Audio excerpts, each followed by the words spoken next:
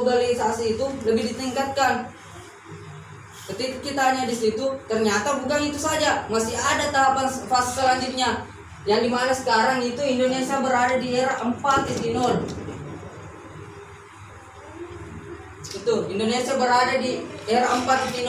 Apa itu era 4.0? Semuanya serba canggih, semua serba teknologi, IT. Dan ketika kita tidak bisa memanage ini dengan baik, maka kita akan terjebak di arus tersebut. Contohnya sekarang, kenapa?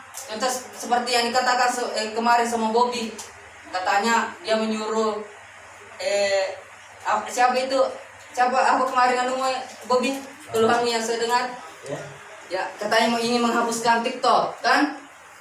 Memang karena sebenarnya TikTok itu ada manfaatnya.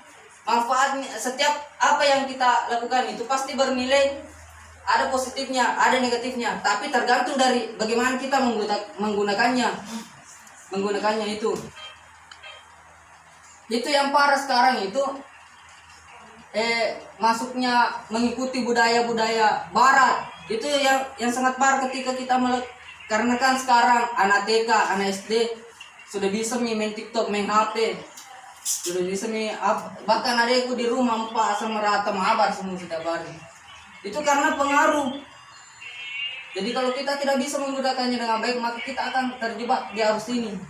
Ini cara budaya barat untuk menghancurkan negara kita tanpa kita sadari.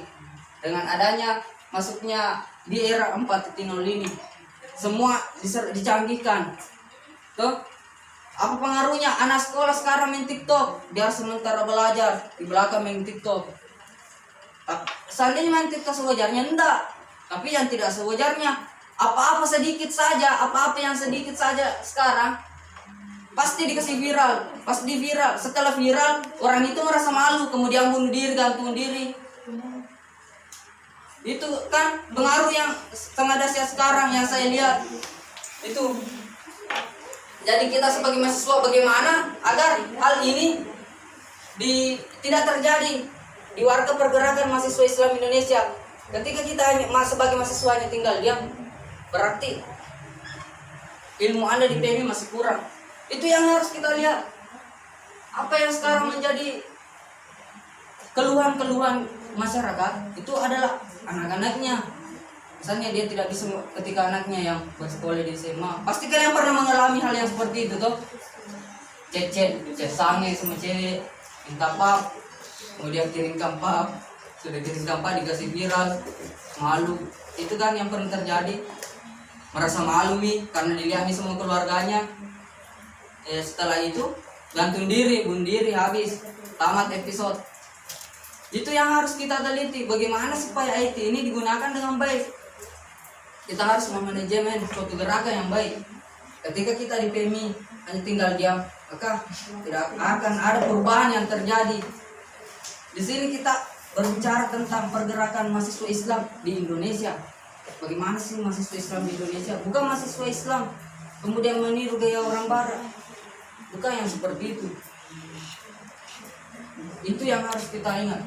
Contohnya kemarin, apa yang menjadi keluhan saya terhadap pengurus komisariat saat ini yang kemarin, kan yang tenar kemarin itu sampai saat ini yang sedang menyerang Indonesia itu apa? Corona atau COVID-19.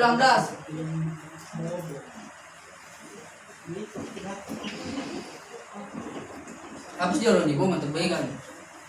Itu kan yang menyerang Indonesia sekarang COVID-19, coronavirus. Coba kalian sebagai mahasiswa mencermati dengan baik. Apa itu corona toh? Ketika kita bisa memanajemen, saya bisa memanajemen dengan baik tentang itu corona. Sampai kemarin karena saya tidak berada di sini toh, saya tidak berada di Kabupaten Bone, saya ada di Tenggara. Sampai saya gerakan seluruh pemuda yang ada di situ. Saya bentuk suatu naungan di sana.